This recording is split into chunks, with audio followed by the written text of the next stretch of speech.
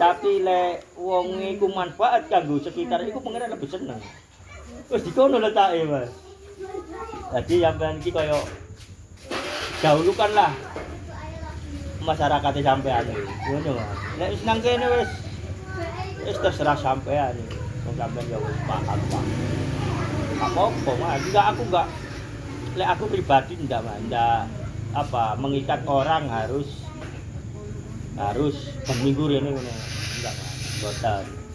Jadi ditingali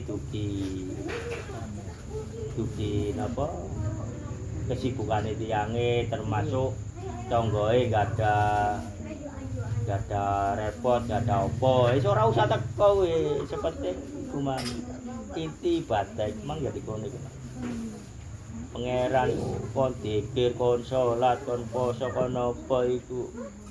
Aku sik gak nyentuh nang aku sih niku wong kebutuhanmu kabeh lah ya.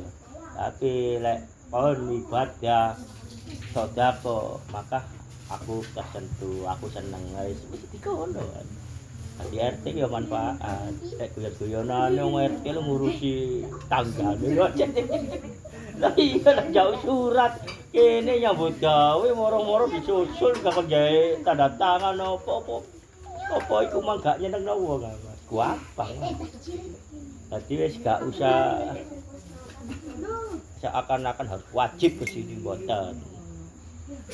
Ya wis ngoten tok niku, Mas. Alhamdulillah wis wae.